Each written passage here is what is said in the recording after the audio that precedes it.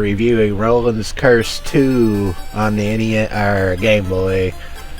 Now, this is an adventure game series that started off kind of weird with Roland's Curse 1. But Roland's Curse 2 actually made Roland's Curse 1, greatly improved from Roland's Curse 1. God, dialogue really sucks. Anyway, basically, you're just a regular warrior guy doing generic save the land.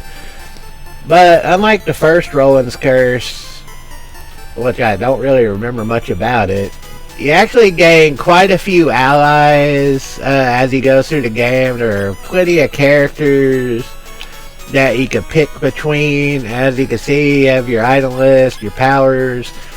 That's basically your level, and you can see what you start with equipped. But in order to level up in this game,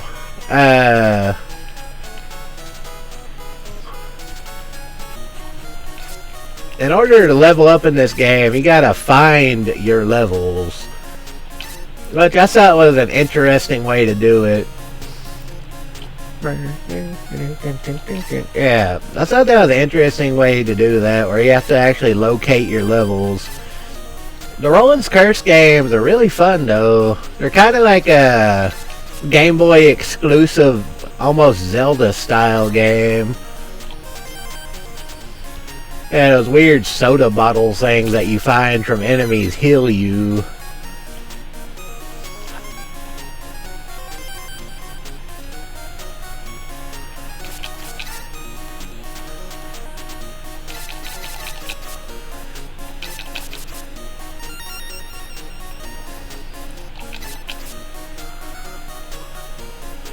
I actually really like the music in this game. The music in this game is really catchy.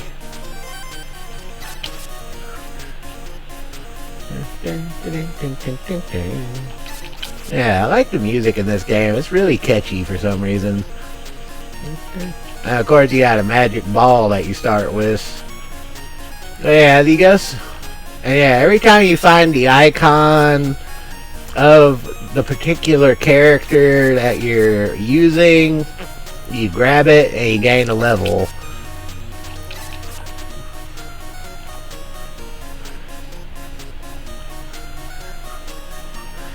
So that really makes it where you want to explore everything. Yeah, it does make it where you want to explore everything, because you never know where the levels are going to be hidden. And there's also a really good build-up point in this game that you'll need to access quite a bit later, where you can build up elixirs.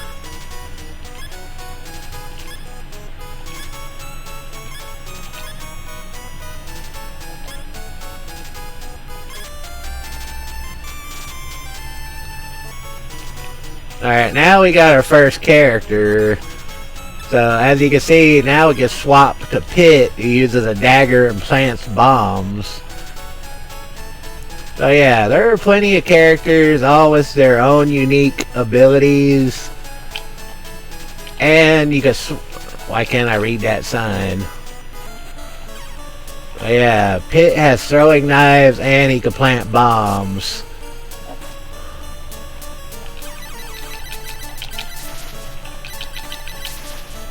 God damn, those snails are tough.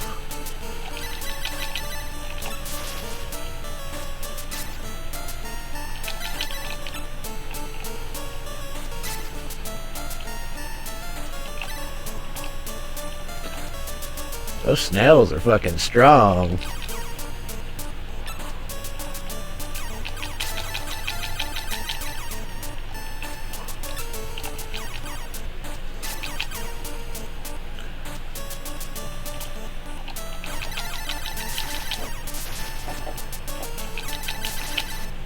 God damn, all the enemies in this forest are fucking powerful. But yeah, as you go through the game, you get various characters that you can switch between. And they all have various powers.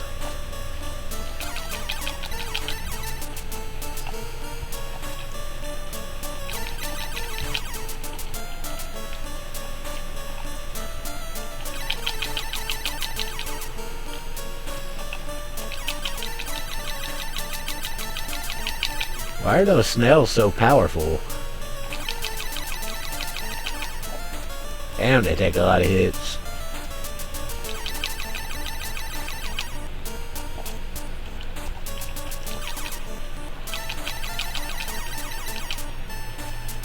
I need to get that chest.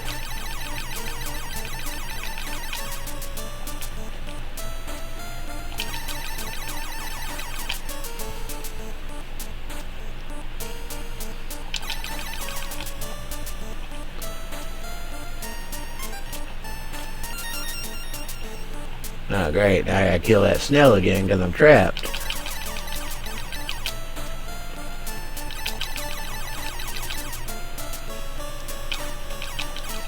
Yeah, but anyway, it's a really fun adventure game, and definitely one of the few Game Boy games that's worth playing even today.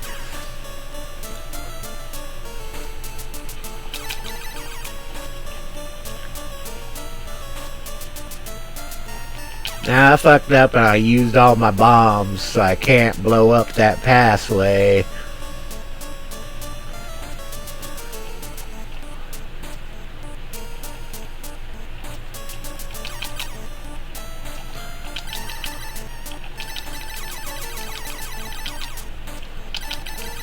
So I have to go back to town and heal because of that. But yeah, you get like, I think his name was Kyle, the skeleton guy with the Thunder Wand, and all sorts of other random characters that you get on your team. But every town has someone that will heal you.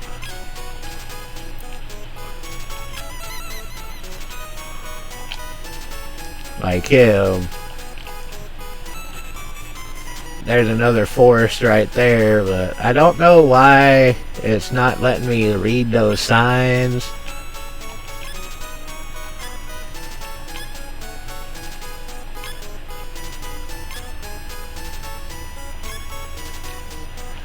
And different characters do get different upgraded weapons. Like after you do the forest area, Pip will upgrade from a dagger to a boomerang.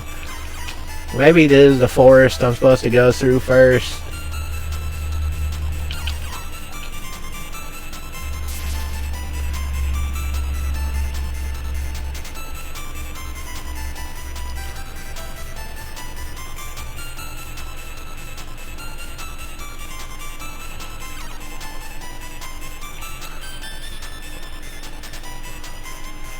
Oh yeah, it's a fun adventure game.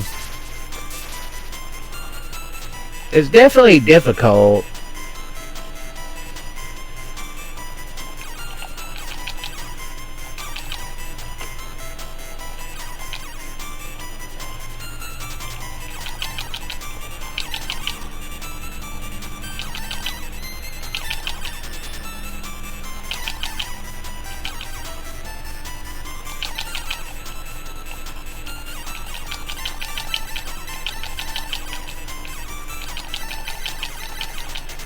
As you can see, Pip is fairly weak, but he is a range attacker, which gives him some bonuses.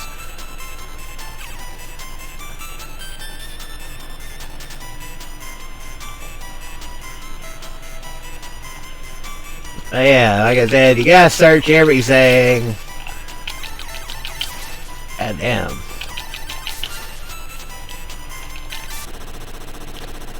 Why are you so weak, Pip?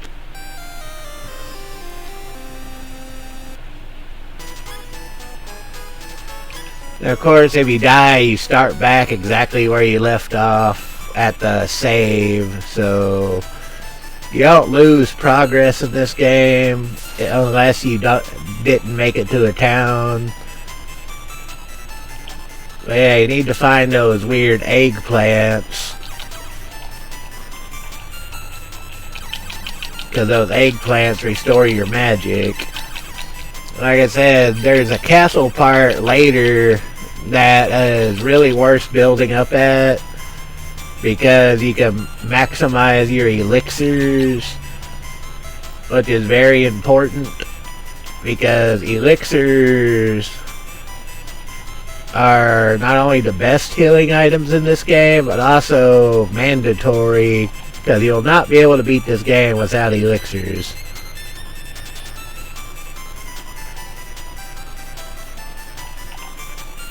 Ah, shit.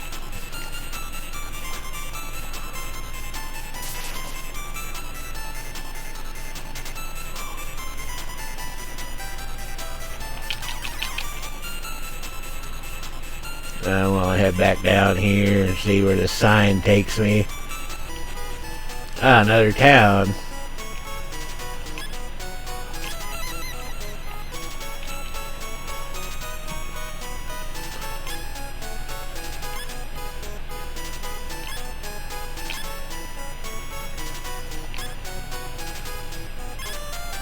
Ah, there's the town with the castle. And see, now we got Lane on our team, so we really need to backtrack to where the forest is. Because we were supposed to do the mushroom forest first. But in this town, there's this castle here, which is a place where you can maximize your elixirs. So yeah, this is the place where you want to go to max out your elixirs.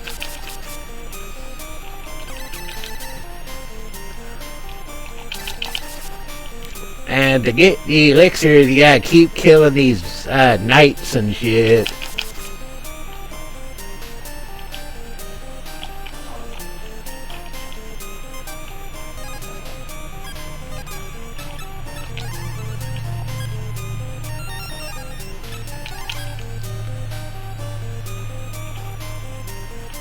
But you gotta be careful because the enemies in this place are very strong.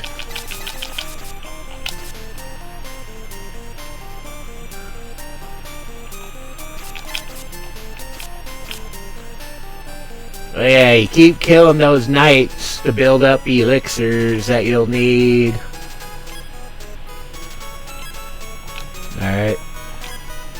And obviously you can explore randomly like I was doing, because we got here way before we were supposed to. But I figured since we're here, I'd show you the elixir build-up spot. Because that is one of the most important things about this game, is knowing where to get elixirs from.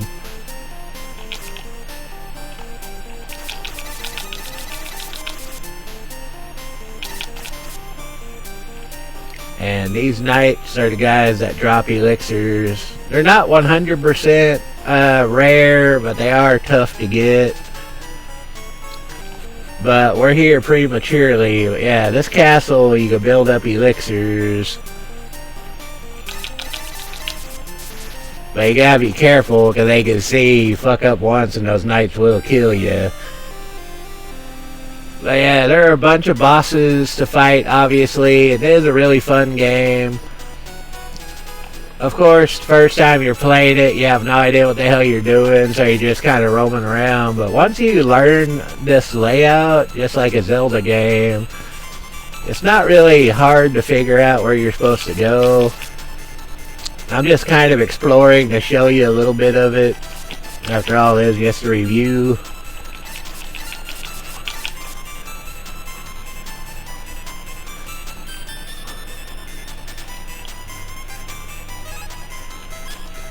Alright, another level for Pip.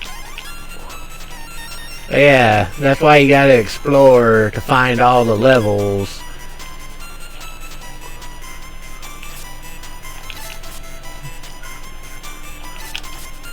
Anyway, excellent game. Definitely worth playing. Even if you're not a super fan of Game Boy, this is actually a really good Game Boy game to play.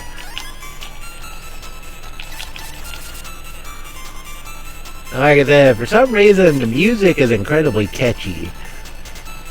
I don't know why, I just find the music incredibly catchy. I mean, for Game Boy, the music in this game is really good.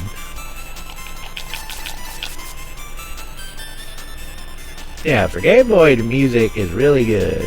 And the graphics and animations are also really well done. I mean, when I was a kid, I played this game a lot, and this is a really fun game. I would probably say this is probably one of the best games for the Game Boy, period. Yeah, this is probably actually one of the best Game Boy games there is. That's not one of the mainstream classics like Mario Land and, you know, Zelda. But this is actually a really well done game.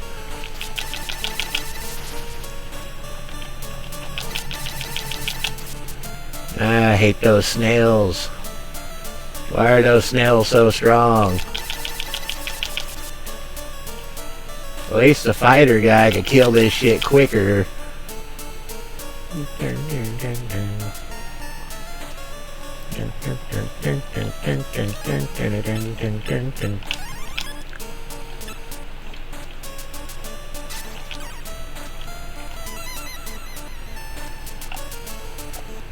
Those weird ducks. But yeah, this is the area we're supposed to be in right now, because this is the area where you have to clear the enemies out for Pip.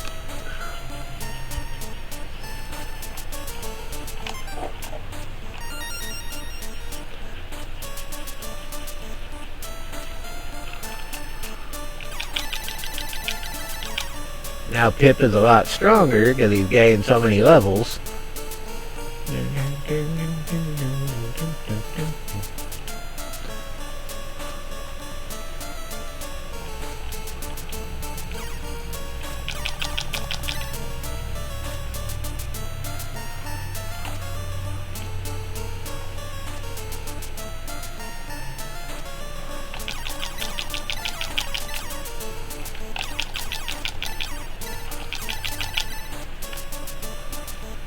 Those lizard men are strong too. Yeah, but you gotta explore everything thoroughly, because like I said, you never know where there'll be a life up or a level.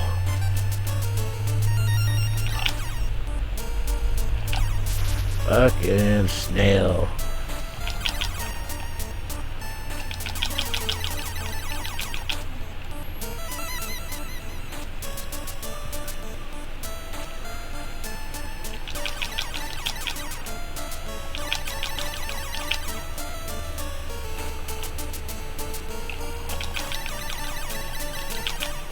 And now Pip is reasonably strong, that he can deal some damage.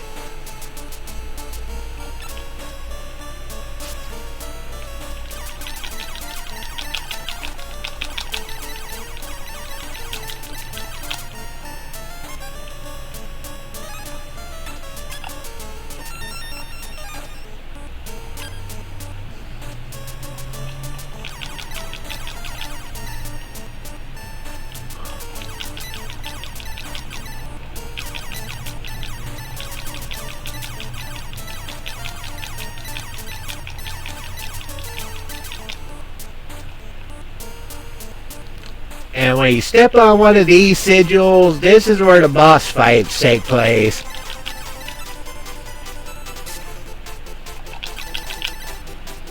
Now we're on the first boss, the demon in the forest.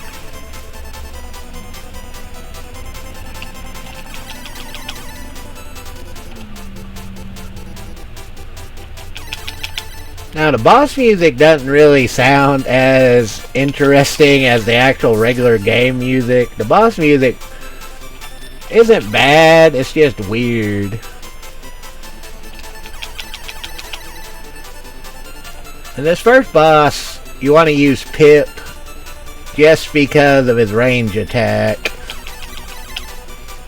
Because all you have to do is just keep dodging.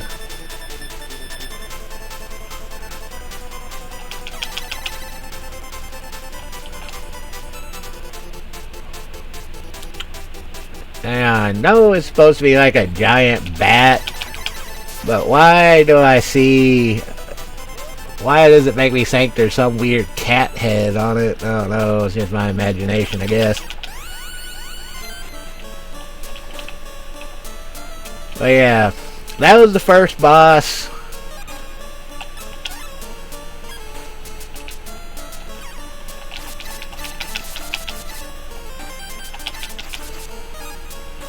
And now... Okay. Yeah, now we got a magic ball, which we... Oh yeah, there is actually a map in this game, so you can kind of tell where everything is. We've already uncovered the castle, so the castle will be our next objective after this forest. Sorry about that, Pira. You okay? Yeah, the castle, and then there's north of the area and all that, but yeah. We just finished the forest, we defeated the boss. So now we can find Pip's boomerang.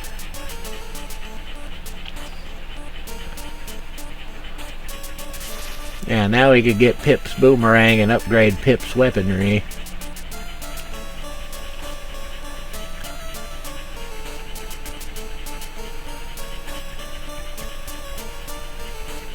Of course, first we gotta get out of the forest.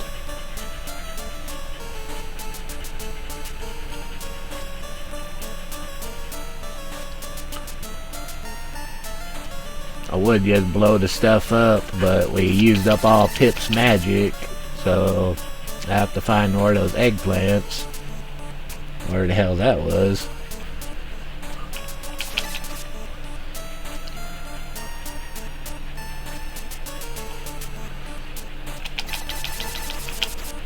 Ah, an elixir. Those are the elixirs, or large potions that you want to collect. So apparently these snails can drop them too. That's nice to know. So you can actually build up on these snails for them if you want to. So yeah, those are the potions that you want to collect. Because collecting those are highly important.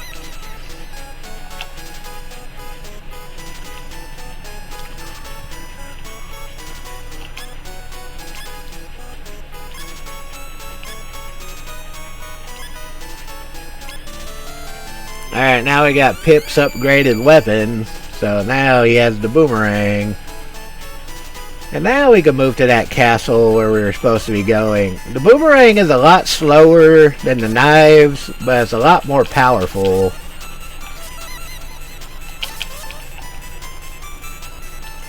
And you can see, have it follow you, so it can kind of partially protect you.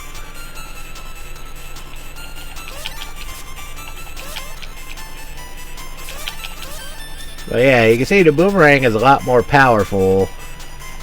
It's just slow, but it's still an upgrade from his other weapon. And if you don't catch the boomerang and let it kind of follow you,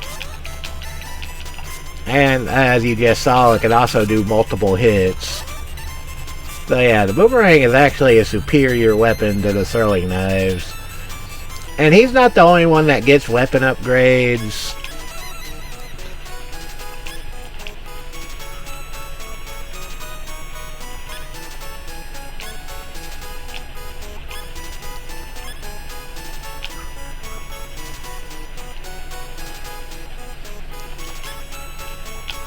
See, after we do the castle, this northern area is the next area after the castle. But yeah, but you can explore pretty much anything you want to in this game in any order.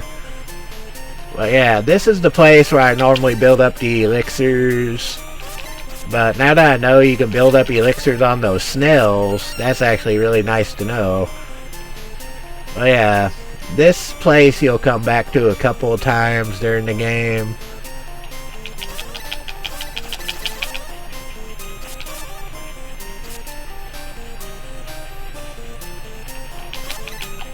There. But yeah, like I said, you get plenty of choosable characters, right? Yeah, you can have a maximum of 4 on your team. We still need Kyle, the skeleton guy. At some point, some of these characters leave, and you can get new characters. Oh wait, no, I think it's these things that drop the elixirs.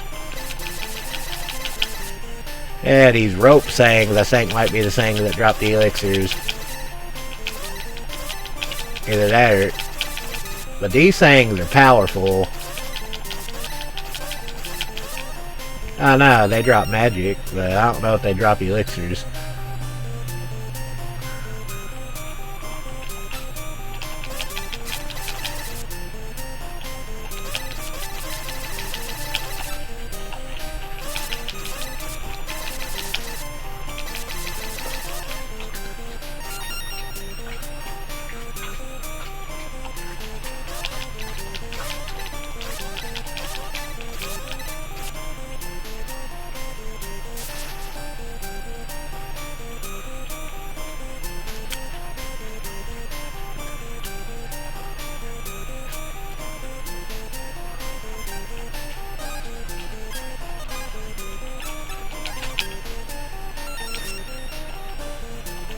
Oh yeah, she has healing magic.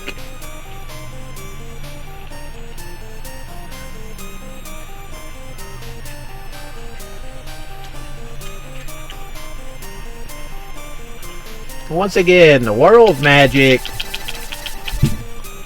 Once again, the magic in the world sounds a lot better than the not magic. The music in the world sounds a lot better than the music for the bosses. I don't know why. Music for the bosses just isn't as good. Alright, now I got the different flying heads and bullshit.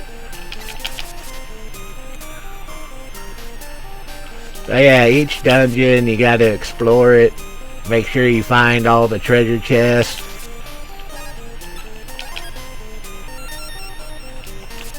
Because you never know where the levels are located.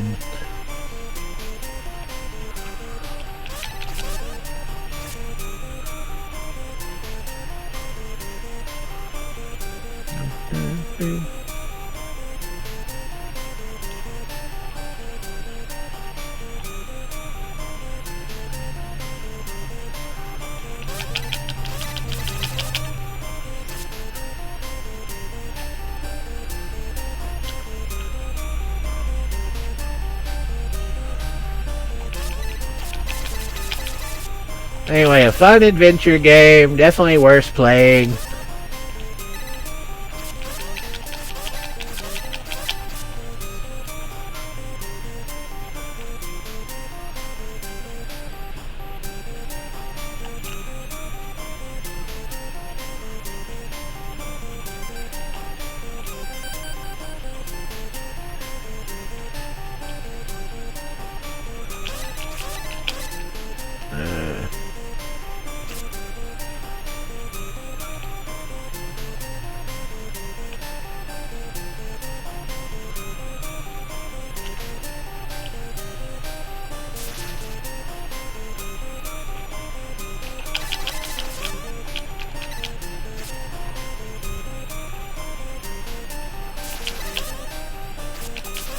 Ouch.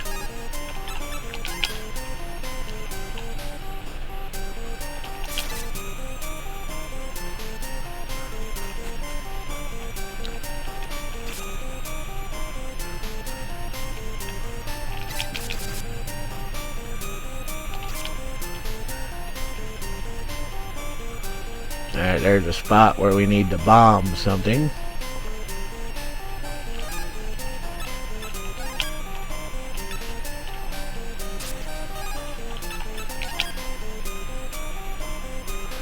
And every character has their own specialty.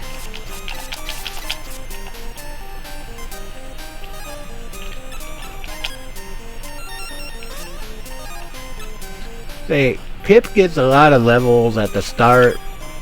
I don't think Pip is one of the guys that stays permanently on your team. But I don't remember exactly. It's been so long since I played this game. And yeah, I've beaten this game before.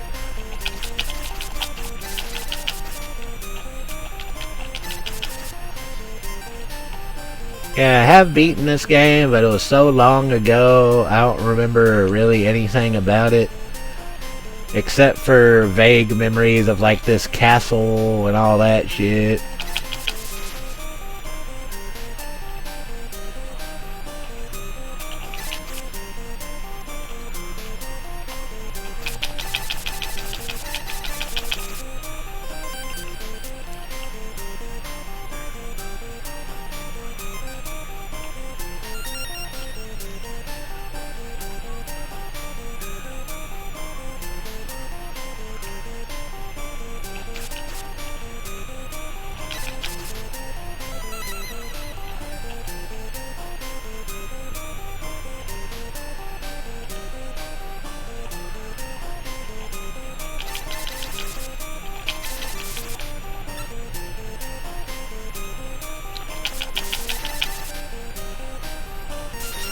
anyway, here's the boss.